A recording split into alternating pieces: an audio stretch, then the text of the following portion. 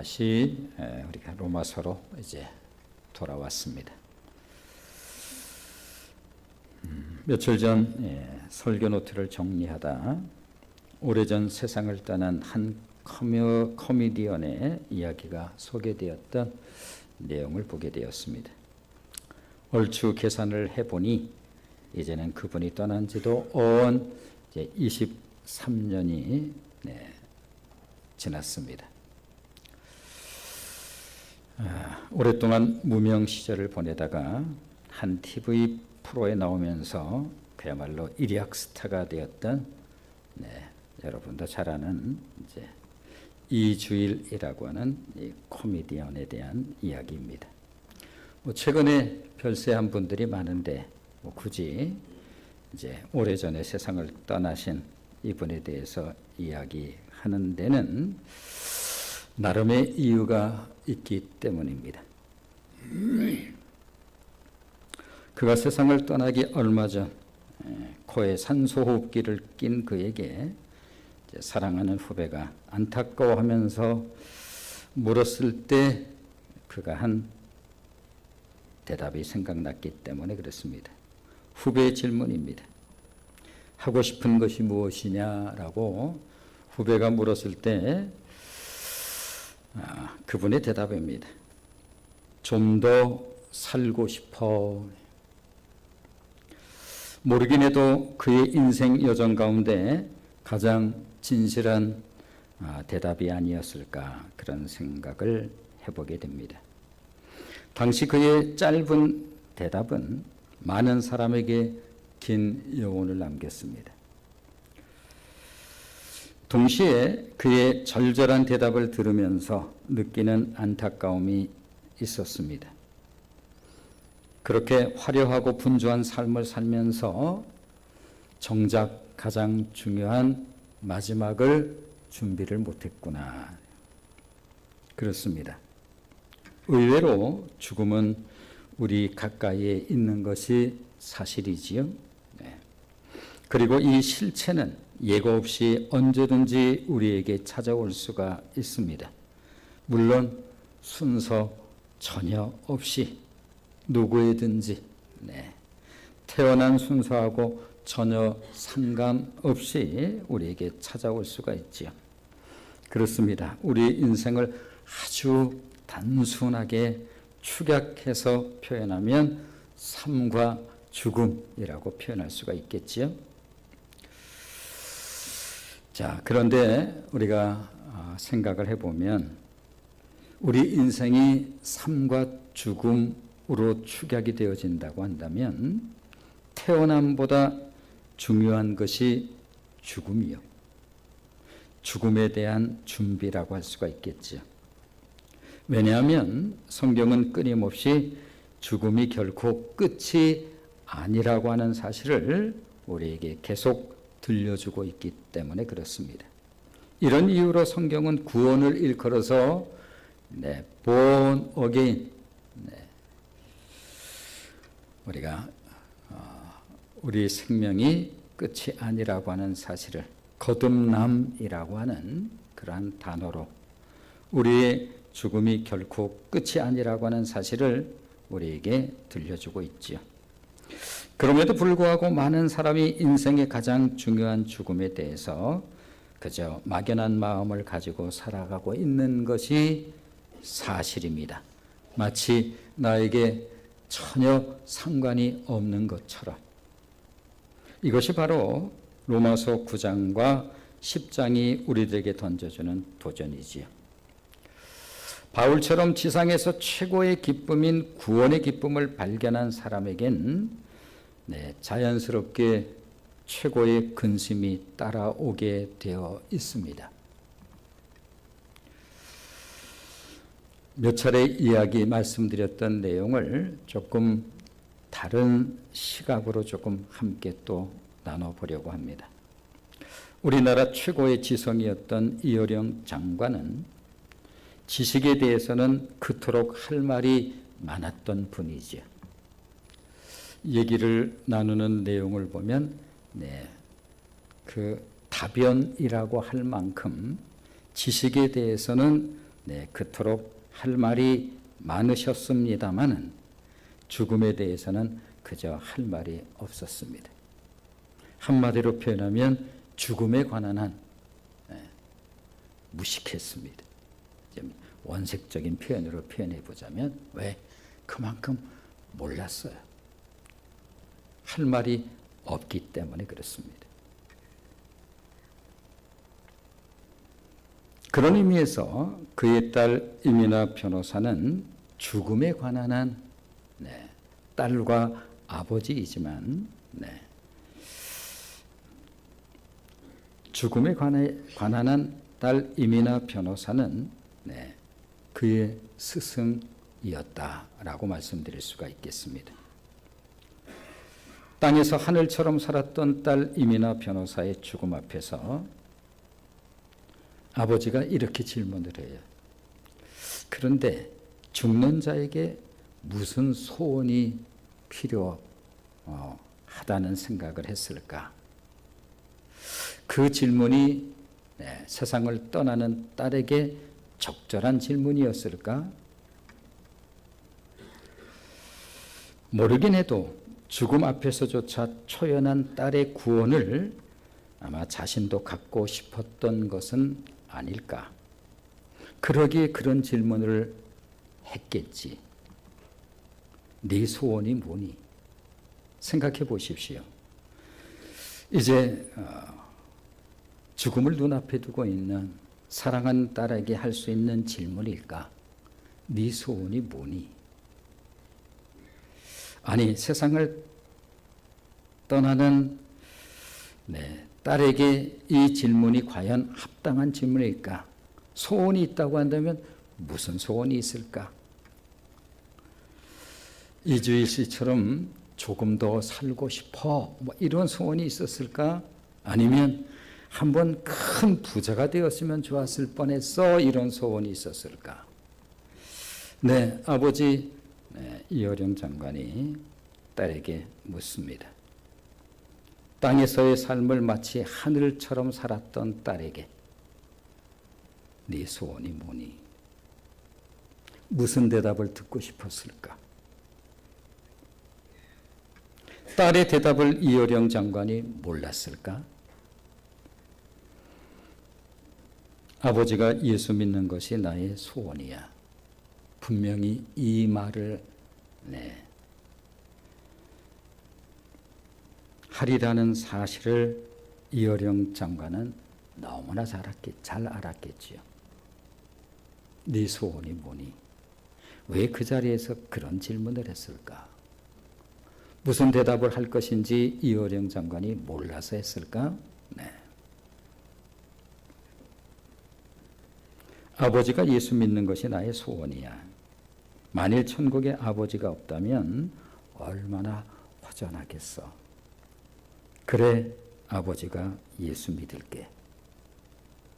어떤 생각이 드시는지요? 자신의 자존심을, 그야말로 무신론을 대표하는 한국 지성의 대표였던 소위 무신론적 세계관을 가지고 인생관을 가지고 지금까지 살아왔던 그였습니다. 그가 죽음을 맞이하고 있는 딸에게 묻습니다. 그런데 그 딸을 얼마간 지켜볼 수밖에 없었어요. 땅에서 살면서 하늘처럼 살았던 딸 이미나. 많은 생각이 있었겠지요. 딸을 통해서 많은 것을 배웠습니다. 세상을 떠나는 딸에게 묻습니다. 네 소원이 무엇이니? 어떤 대답을 할 것이라고 하는 사실을 너무나 잘 알았겠지요. 아버지가 예수 믿는 것이 나의 소원이야. 만일 천국에 아버지가 없다면 얼마나 허전하겠어? 그래, 아버지가 예수 믿을게. 느껴지나요? 지금까지는 소위 한국의 지성을 대표하는 그러한 인물로 소위 무신론적 세계관을 가지고 살아왔던 그였습니다. 언제부터인가 딸을 딸의 삶을 유심히 지켜볼 수밖에 없었습니다. 이 세상에서의 삶의 이치에 대해서는 누구보다 많은 말할 거리를 가지고 있었을는지 모르겠습니다만 죽음 이후에 관해서는 아무것도 몰랐습니다. 딸이 그의 스승이었습니다.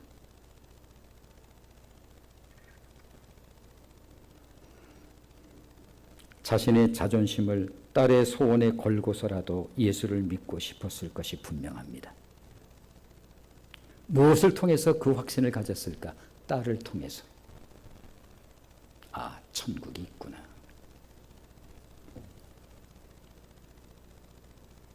그는 딸의 삶을 보면서 천국을 확신했습니다. 한국 최고의 지성은 구원의 문에 그렇게 들어섭니다. 천국 입성 앞에서 이민아 변호사의 간절한 소원이 바로 아버지의 구원이었던 것처럼 그렇습니다. 바울의 동족 이스라엘에 대한 사랑은 그들의 구원이었습니다. 자, 1절 말씀을 보시면 1절 말씀 같이 보겠습니다. 같이 읽습니다. 시작. 형제들아, 내 마음에 원하는 바와 하나님께 구하는 바는 이스라엘을 위함이니 곧 그들로 구원을 받게 함이라. 예수님을 통해서 구원을 발견한 이후 형용키 어려운 기쁨과 함께 그에게 찾아온 큰 근심은 바로 동족 이스라엘의 구원이었습니다. 저들을 어떻게 하지? 저들은 어떻게 되는 걸까? 이 문제로 고심을 거듭하던 바울이 깨달은 것이 바로 9장을 통한 은혜였습니다. 8장은 너무나 찬란했지요. 자, 기억나시죠? 우리에게는 결코 정죄함이 없습니다. 왜냐하면 생명의 성령의 법이 죄와 사망의 법에서 우리를 해방시켰기 때문입니다. 우리는 누구인가? 하나님께서 우리에게 양자의 영을 주심으로 우리는 하나님을 아빠, 아버지라고 부를 수 있을 뿐만 아니라 그것으로 끝나는 것이 아니라 예수 그리스도와 함께 우리는 하나님의 상속자가 되었습니다. 우리를 향한 하나님의 사랑을 무엇으로 끊을 수가 있다는 말입니까? 그 무엇도 우리를 향한 하나님의 사랑에서 끊을 것은 없습니다. 환난도, 곤고도, 박해도, 적신도, 위험도, 칼도. 그런데 말입니다. 하나님의 은혜, 구원의 은혜가 크면 클수록 그 기쁨이 놀랍고 놀라울수록 마음 한켠에 이제 찾아오는 고통이 있습니다. 큰 근심, 자기에게 큰 근심이 있다는 거에 9장에 관한 얘기. 동족 이스라엘을 생각하면 마음에 말할 수 없는 고통이. 그러면서 성령이 이것에 대해서 증거를 하고 있다는 거예요. 저들을 어떻게 할 것인가? 저들은 어떻게 될 것인가? 그렇게 고민하고 갈등하다가 마침내 깨닫지요. 고뇌를 통해서 바울이 깨달은 해답이 바로 9장 6절이었습니다. 자, 은혜를 돕는 말씀으로 한번 같이 읽어보실까요? 로마서 9장 6절 같이 읽습니다. 시작. 그러나 하나님의 말씀이 폐하여진 것 같지 않도다. 이스라엘에게서 난 그들이 다 이스라엘이 아니요 이스라엘이라고 다 이스라엘은 아니구나. 그렇지. 동족 이스라엘을 향해 큰 근심을 가지고 고통하던 바울이 한순간 깨닫게 된 것입니다. 그래, 구원이란 결코 인간의 육신적 혈통에 의한 것이 아니지. 그래, 맞아. 아브라함의 후손이라고 다 구원을 받는 것은 아니었잖아. 이삭과 이스마엘처럼. 이삭은 약속의 씨였지만 이스마엘은 버리운 자의 표상 아니야? 심지어 야곱과 에서 쌍둥이마저 야곱은 하나님의 선택한 자의 반열에 있고 에서는 버린 자의 반열에 있는 것. 이스라엘의 혈통이라고 다 구원받는 것은 아니지. 구원이란 철저하게 하나님의 주권에 속한 것이라고 하는 사실을 다시 한번 구약의 박사 같은 바울이 구원론적인 입장에서 볼 때 다시 한번 깊은 깨달음을 갖게 된 것입니다. 그러므로 구원은 하나님의 택하심에 따라 되는 것으로 행위로 말미암지 아니하고 원한다고 되는 것도 아니요 다른 박질한다고 되는 것도 아니라 오직 긍휼히 여기시는 하나님으로 말미암는 것이라고 하는 사실을 마음속 깊이 깨닫게 되어집니다. 그래, 맞아. 진실로 구원에 관한 한 우리들에겐 어떤 권한도 없잖아. 진흙이 토기장이에게 대해서 이러쿵 저러쿵 무슨 말할 권한이 있다고. 바울은 그렇게 동족 구원 문제에 대해서 마침표를 찍습니다. 그러면서 마지막으로 바울은 이스라엘의 구원과 관련해서 한 가지 중요한 신앙 원리를 우리에게 들려줍니다. 어찌 보면 오늘의 핵심 주제라고 할 수가 있습니다. 자, 2절 말씀을 한번 보시면 2절 말씀을 같이 읽겠습니다. 시작. 내가 증언하노니 그들이 하나님께 열심히 있으나 올바른 지식을 따른 것이 아니니라.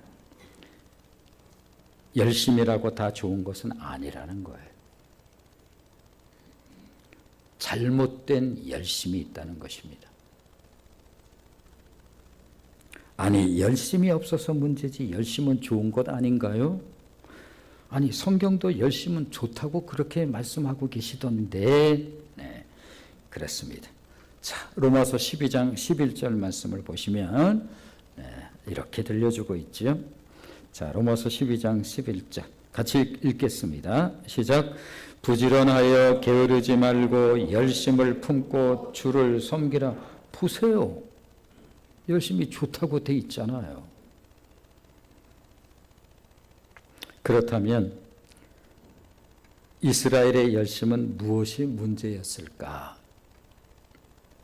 한마디로 올바른 지식에 따른 열심이 아니었다라고 그렇게 들려줍니다. 그렇다면 유대인의 문제는 뭘까? 뭐가 문제일까? 자, 3절 말씀을 한번 보시면 3절 말씀을 같이 읽겠습니다. 시작. 하나님의 의를 모르고 자기 의를 세우려 힘써 하나님의 의에 복종하지 아니하였느니라. 네. 로마서를 시작하면서 로마서를 이해하는 데 가장 중요한 키워드가 있다고 한다면 그것은 바로 하나님의 의라는 말씀을 드렸어요. 성경 전체를 이해하는 데 있어서 하나님의 의를 이해하지 못하면 이 성경을 얼마든지 왜곡, 잘못 오해할 수가 있습니다. 우리들의 신앙생활에 있어서 아무리 열심을 내었다 할지라도 하나님의 의에 대한 이해를 잘못하고 있다고 한다면 그 열심인 신앙이 신앙의 독이 될 수 있다는 사실을 알고 계시는지요?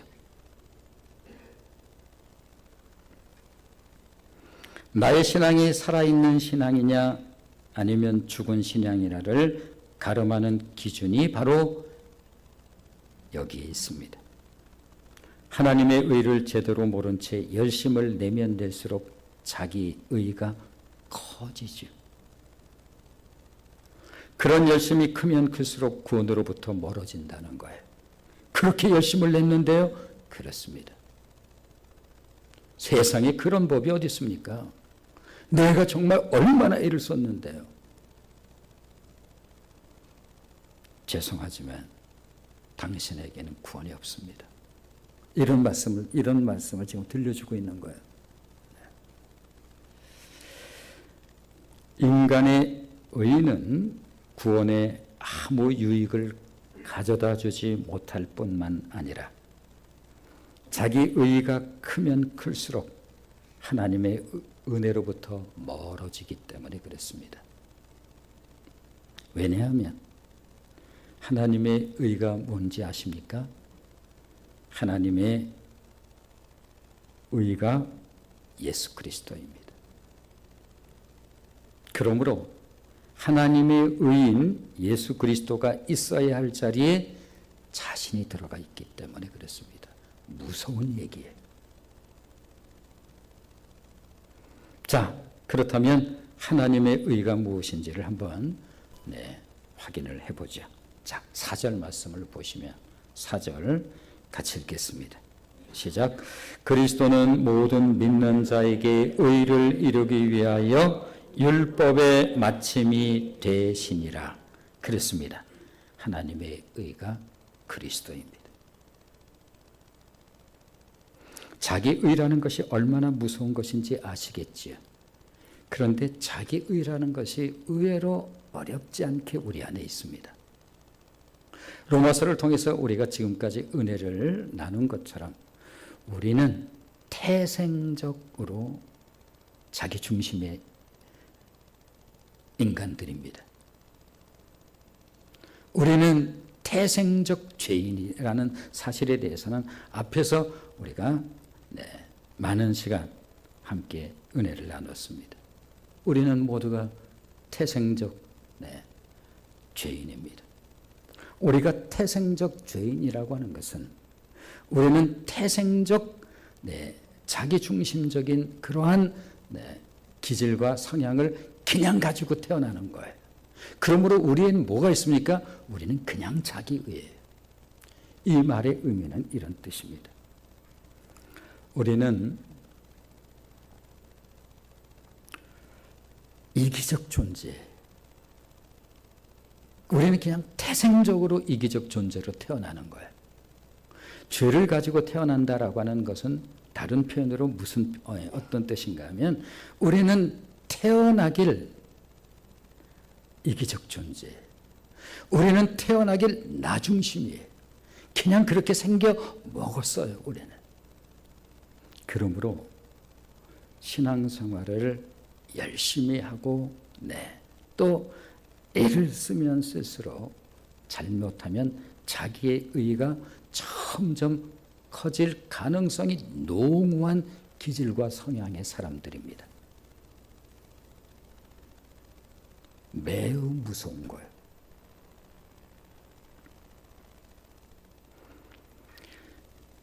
좀 진솔한 표현을 해보면 신앙 초기에서야 그렇습니다만 그래도 신앙의 횟수가 한 해, 두 해 이렇게 좀 이렇게 덧입혀지고 그래도 연수가 이렇게 좀 채워지면 그러다가 우리가 신앙생활하면서 종종 이런 표현을 할 때가 있지요. 시험이 들었다. 이런 표현이 되어질 때가 있습니다. 이 시험이 들었다라고 하는 것은 내가 열심을 내었는데 내가 여기에 인정을 받지 못하는 것 같은 느낌이 들 때, 내가 애를 썼는데 내가 이 부분에 대해서 알아주지 않는 것 같은 그러한 마음이 들 때 우리에게 찾아오는 섭섭함의 다른 표현이지요. 그러면 그 섭섭함의 원인이 뭘까? 자기의 때문에 그런 거예요.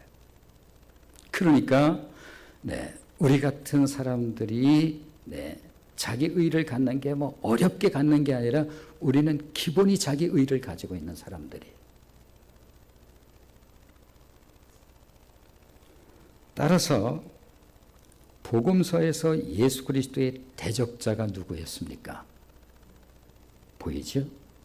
자, 신앙에 있어서 바른 신앙을 우리가 가지고 있어야 될 중요한 이유가 있어요. 내가 바른 것을 가지고 있으면 유사한 것들, 진짜가 아닌 유사한 것들은 그냥 구분이 돼요. 그런데 내가 이 바른 것을 정확하게 갖지 못하고 애매하게 가지고 있으면 항상 왔다 갔다 해요. 그런가 아닌가, 그런가 아닌가. 그러므로 로마서가 왜 우리에게 아주 중요한가 하면 우리가 이미 잘 아는 것처럼 뭐 그런 표현이 있잖아요. 이미 잘 아는 것처럼 성경이 반지라면 로마서는 바로 반지의 보석과 같은 것이다. 아니 로마서가 왜 그렇게 중요한 거예요? 바로 이 부분들을 로마서가 우리에게 가르쳐주고 있기 때문에 그래요. 나는 누구인가? 예수 믿는다는 것은 뭔가? 내가 크리스찬이 되었다는 것은 무엇을 말하는 것일까? 라고 하는 거예요. 그러므로 중요한 것은 무엇인가 하면 신앙생활은 열심에 관한 것이 아니에요. 정확한 내가 신앙생활은 내가 이 복음의 본질을 어느 만큼 정확하게 이해하고 있느냐에 대한 부분이죠. 자, 그러므로 내가 정확하게 복음에 대한 이해를 정확한 이해를 가지고 있으면 유사한 것들 아니면 뭐 가짜라고 표현해 봅시다. 이런 부분들을 분별하는 것은 그리 어려운 것이 아니죠.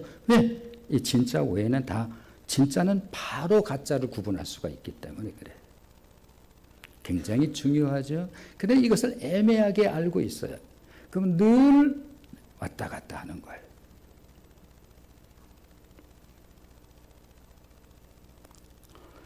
복음서에서 예수 그리스도의 대적자가 누구죠? 그렇습니다. 바리새인과 서기관 등 이들이 자기 의로 충만한 종교적 열심주의자들이었어요. 따르기가 굉장히 어려울 만큼의 열심을 가지고 있었습니다. 그러니 자기의 의의 문제를 바울이 얼마나 잘 알고 있었을까요? 자기 의의 문제가 얼마나 이 독소인 것을. 왜냐하면 한때 바울 스스로가 최고의 종교 열심자였고 누구보다 자기 의로 충만했던 자였기 때문에 보이죠? 이해가? 왜 바울은 예수 그리스도에 대해서 그렇게 쌍심지를 돋고 있었을까? 왜 바울은 스데반 집사가 순교당하는데 그렇게 혈기등등한 그 모습을 가지고 완전히 팔을 걷어붙이고 앞에 서 있었을까? 보이지요? 그렇습니다. 당대 최고의 자기 의를 가지고 있었던 인물이 오늘 우리에게 복음을 들려주고 있는 바울이었습니다. 왜 바울은 다마스커스에 아예 법적으로 영장을 가지고 예수 믿는 사람들을 핍박하기 위해서 그렇게 열심을 내었을까? 누가 그런 열심을 낼 수가 있겠어요? 그렇습니다.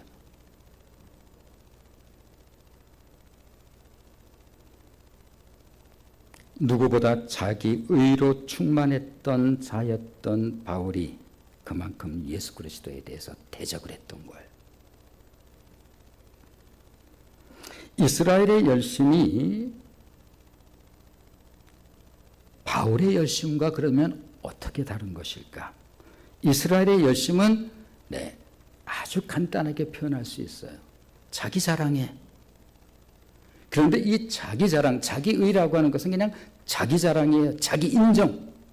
그런데 이 자기 자랑, 자기 인정이 안 되면 그때부터 마음이 불편한 거죠. 신앙의 독이에요. 육신적 열심이라고 할 수가 있습니다. 그렇다고 한다면 바울의 열심은 하나님의 은혜에 대한 감격으로부터 오는 열심이기에 하나님의 의 그리스도로 말미암은 십자가의 자랑, 그래서 예수 그리스도를 만난 이후에 바울은 언제나 무엇을 자랑하는가 하면 예수 그리스도와 십자가.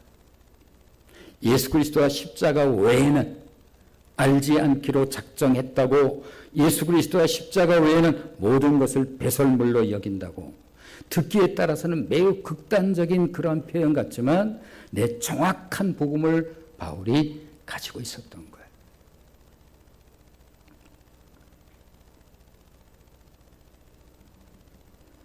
그러므로 바울의 열심은 하나님의 은혜에 대한 감격으로부터 나온 열심이기에 하나님의 영광으로 나타나는 것을 볼 수가 있습니다. 그렇습니다. 우리에게 생명을 가져다 주는 하나님의 의는 예수 그리스도이기에 바울은 유대인들의 잘못된 열심을 그토록 마음 아파했어요. 왜냐하면 자기가 이 부분에 대해서 최고였거든요. 자기를 따라올 만한 열심을 가진 자가 없었어요. 그래서 바울이 한때 과거에 자신을 되돌아보면서 자신이 율법으로는 흠이 없었고 내가 바리새인 중에 바리새인이었다. 오늘의 표현대로 하면 자기 의가 최고였던 사람이에요.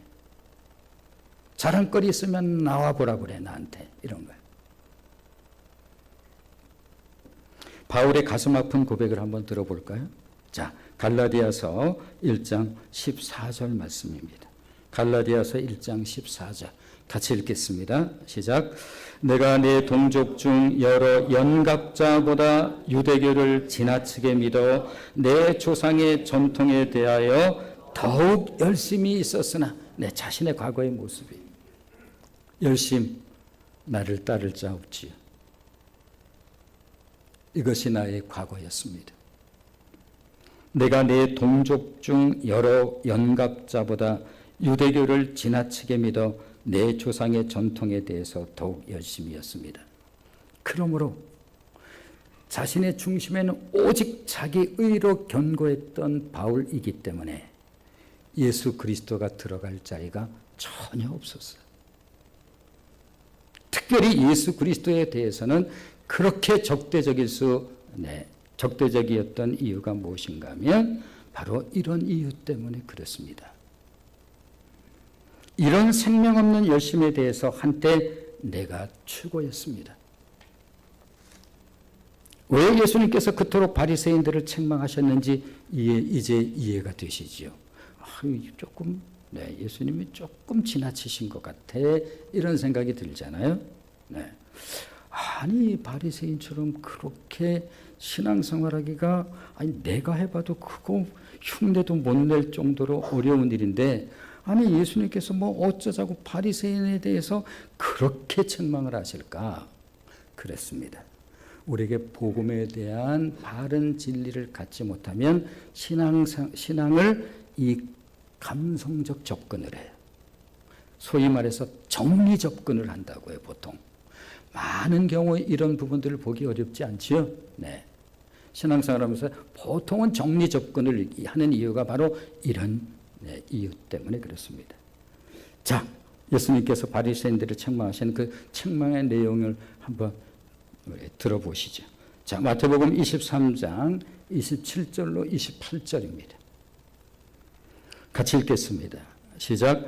화 있을 진저 외식하는 서기관과 바리새인들이여 회칠한 무덤 같으니 겉으로는 아름답게 보이나 그 안에는 죽은 사람의 뼈와 모든 더러운 것이 가득하도다. 이와 같이 너희도 겉으로는 사람에게 옳게 보이되 안으로는 외식과 불법이 가득하도다. 아니 이렇게까지 책망할 일이야? 이런 생각이 들잖아요. 자, 신앙이 이제 잡혀가지요. 우리 교회에 제가 참 이런 말씀을 좀 많이 하는 교회이잖아요.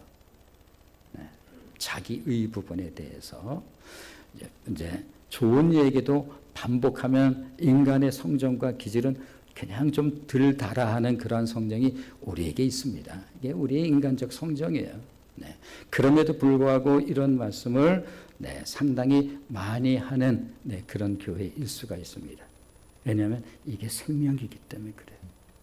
가끔가다 이게 듣기에서는 썩 이 정리적 접근으로 보면 조금 불편할 수 있는 말들이 직분은 계급이 아닙니다. 참 우리 교회는 어렵지 않게 듣는 말이잖아요. 이제 이해가 되지요. 신앙은 연조가 아니에요. 이런 말도 듣기에 따라서는 조금 민망할 수 있는 그런 표현들이에요. 제가 왜 그걸 모르겠어요. 잘 알죠. 그럼에도 불구하고 이 부분을 놓쳐서는 안 되는 이유가 무엇인가 하면 내 생명 있는 신앙을 내가 소유하고 있느냐 아니면 껍데기 신앙을 소유하고 있느냐 결정되는 이유가 여기에 있기 때문에 그래요. 굉장히 중요하죠. 열심히 뭐가 나쁜 거예요? 열심히 나쁘다고 말할 수는 없지만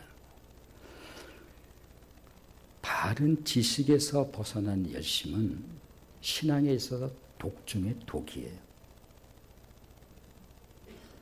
굉장히 어려운 부분으로 굳어지는 거예요. 이제 가끔가다 한국 교회 얘기하면 조금 죄송스럽기도 하고 민망하기도 좀 하죠. 그런데 이 진짜를 정확하게 가지고 있으면 그냥 분별이 되는 거예요. 만일 이런 계급화가 된 아주 이런 구조를 가지고 있다, 그냥 설명 안 해도 되는 거예요. 이제는 무슨 말인지 이해되죠? 신앙이 연조로 되는 게 아니에요 라고 하면 조금 듣기는 우리가 인간적 성정을 가지고 듣기에는 조금 이렇게 달게 들리지 않을 수 있습니다만 이게 복음적 기준으로 보면 정말로 중요한 내용인 거예요. 하나님께서 인정하느냐 인정하지 않느냐의 문제이기 때문에 그래요. 구원의 신앙이냐 구원과 관계없는 인간적 열심이냐. 왜 기독교를 종교가 아니라 생명이라고 하는지 이해가 되시지요. 우리가 로마서를 통해서 이것을 반듯하게 세워놓지 않으면 신앙의 생활을 갖다가 수없이 횟수가 늘어간다 할지라도 엉뚱한 신앙생활이 가능한 거예요. 서기관과 바리새인들은 화려한 종교주의자들이었습니다만 그들의 중심에는 오직 자기 의로 가득 차 있어서 하나님의 의이신 예수 그리스도가 없었습니다. 그들에겐 구원이 없었던 이유예요. 그러니 바울이 이게 너무나 잘 알고 있는 거예요. 유대인들을 생각할 때 저들에겐 구원이 없는데 그걸 몰라요. 왜? 자기가 옛날에 그런 류의 신앙의 최고였거든요. 저들을 어떻게 하나. 그래서 9장에 들어가서 8장에서 그 아름다운 구원에 대해서 우리에게 그렇게 들려줬던 바울이 9장에 딱 들어가면 어둠 속에 갇히죠. 내 형제 저들은 어떻게 할 것인가. 자기 안에 큰 근심이 있다는 거예요. 성령이 이것을 증거한다는 거예요. 나의 마음에 너무 큰 고통이 있습니다. 내 형제, 내 동족, 유대인들, 저들은 어떻게 될 것인가?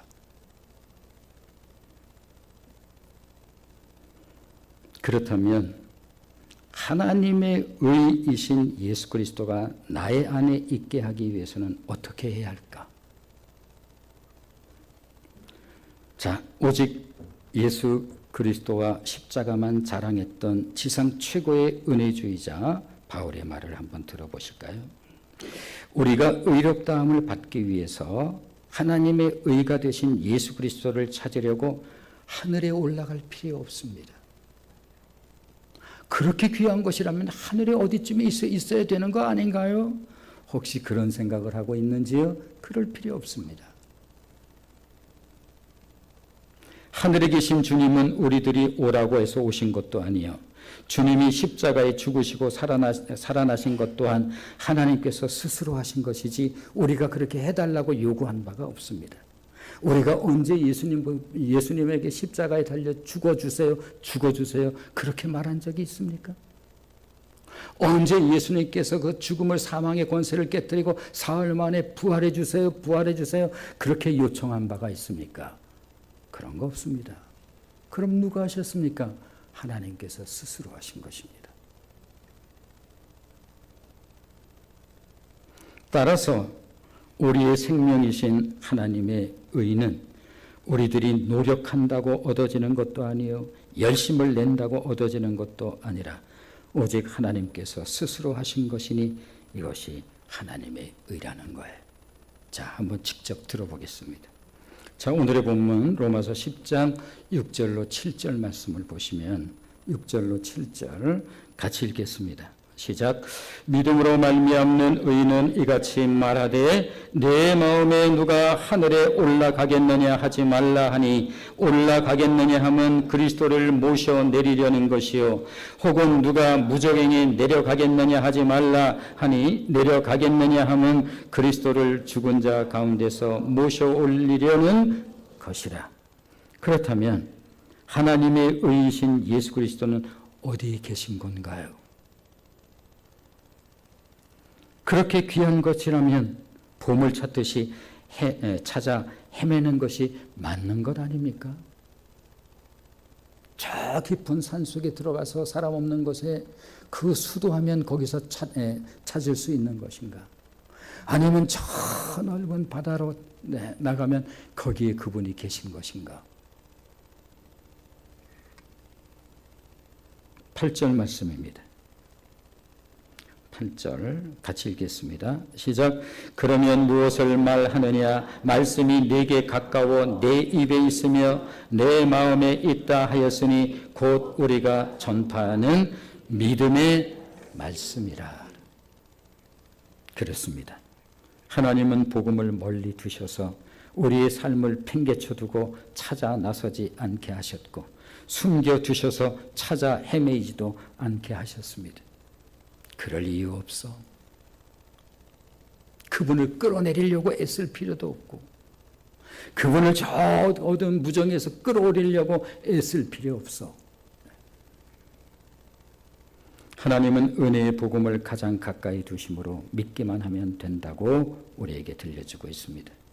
자, 그러면 어떻게 믿으면 되는 것인가요? 신앙생활을 하면서 단 한 번도 이 구원의 진리에 대해서 깊은 이해를 가지고 신앙생활을 하셨는지요? 아니면 그냥 교회 문턱을 들어왔다 나갔다 하는 것이 전부였는지요? 만일 여러분이 신앙생활을 초기에는 그렇게 할 수 있습니다. 그러나 내 신앙에 그래도 연조가 쌓여가면서 내 이와 같은 신앙의 경험이 없다고 한다면 그것은 너무나 안타까운 일이죠. 이것이 바울이 가지고 있었던 안타까움이었습니다. 그러면 어떻게 믿으면 되는 겁니까? 자, 들어보시겠습니다.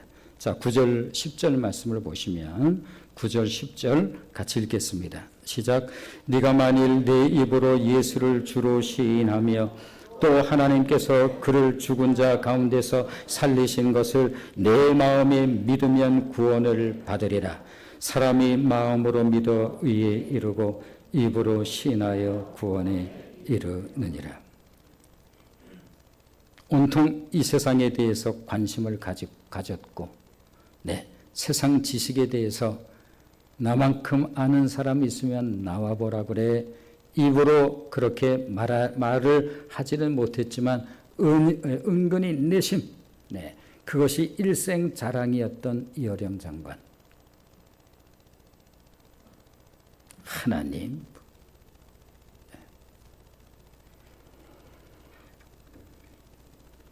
그래서 그는 어찌 보면 무신론의 대부와 같은 그러한 인간 지식이 최고의 우상화된 그러한 삶을 살아왔던 그였습니다. 그런데 언제부턴가 딸의 삶을 목도할 수밖에 없는 상황이 있게 되었지요. 자신의 딸에 대해서 너무나 잘 알고 있죠. 수제 중에 수제. 머리 좋기로 하면 내 딸도 누구만큼 머리 좋은 딸이지. 그 딸이 살아가면서 이상하게 사는 것 같은 느낌이 받기 시작했는데 딸이 하나님을 알기 시작했습니다.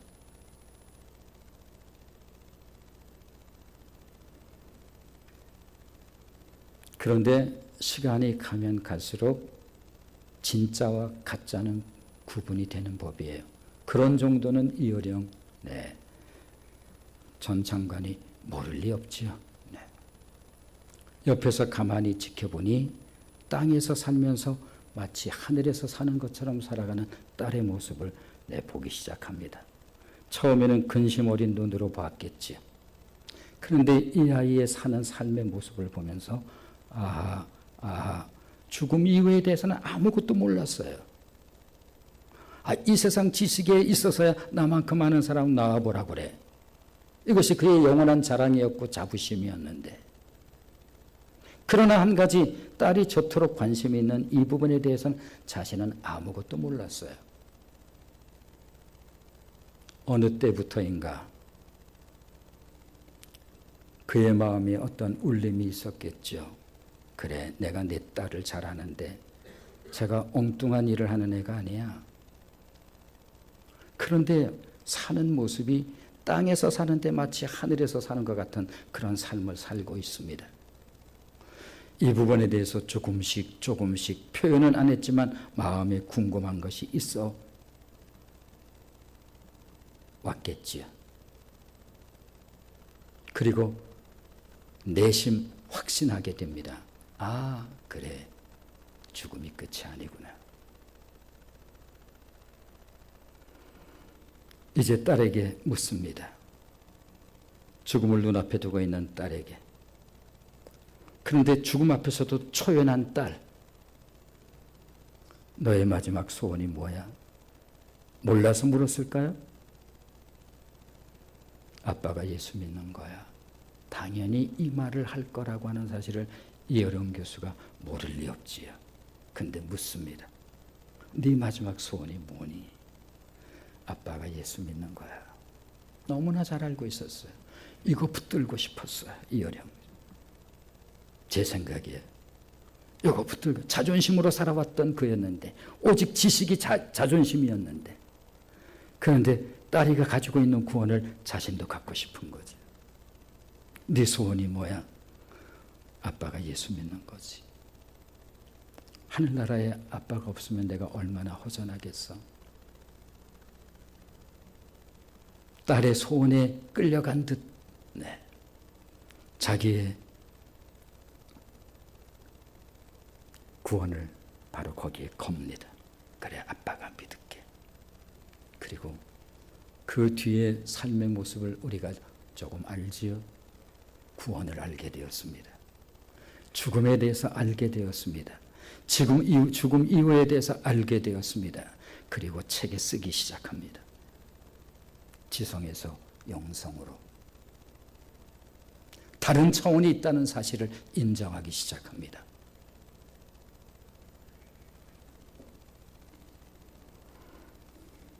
어떻게 하면 예수 믿는 건데요? 예수를 주로 시인하는 믿음을 말합니다. 예수님이 나의 생사화복을 주관하시는 하나님이라고 하는 믿음입니다.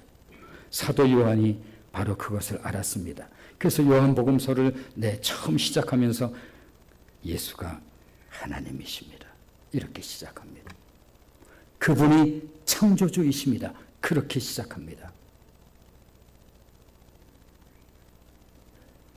예수님이 나의 구원자이실 뿐만 아니라 나의 삶의 주인이심을 믿는 거예요. 그분이 나의 왕입니다. 그분이 나의 선한 통치자이십니다. 예수님이 나의 순종의 대상이 되었다는 의미의 말씀입니다. 그러므로 예수 그리스도께서 나를 위해 하신 일, 즉 죽으시고 부활하심을 시인할 때 예수님을 주님으로 부를 수 있는 거예요. 이게 신앙이에요. 교회 문턱을 들어왔다 나갔다 이것으로 신앙이 되어지는 게 아니라 딱딱할 수 있는 로마서의 은혜를 우리가 계속 지금 은혜 나누고 있는 이유인 것입니다. 진짜냐 가짜냐, 복음이냐 아니냐, 하나님 중심이냐 인간 중심이냐. 그렇다면 예수를 나의 구원자여 주 되심을 믿는 자에게 어떤 약속이 주어지는지 그 약속을 읽으면서 마치도록 하겠습니다. 자, 11절로 13절 같이 읽겠습니다. 시작. 성경에 이르되 누구든지 그를 믿는 자는 부끄러움을 당하지 아니하리라 하니 유대인이나 헬라인이나 차별이 없음이라. 한 분이신 주께서 모든 사람의 주가 되사 그를 부르는 모든 사람에게 부요하시도다. 누구든지 주의 이름을 부르는 자는 구원을 받으리라. 이것이 바로 인간적 종교주의자였던 당시 최고의 종교주의자였던 사울이라고 하는 그가 예수님을 만난 이후에 발견한 구원의 보화인 것입니다. 기도하겠습니다.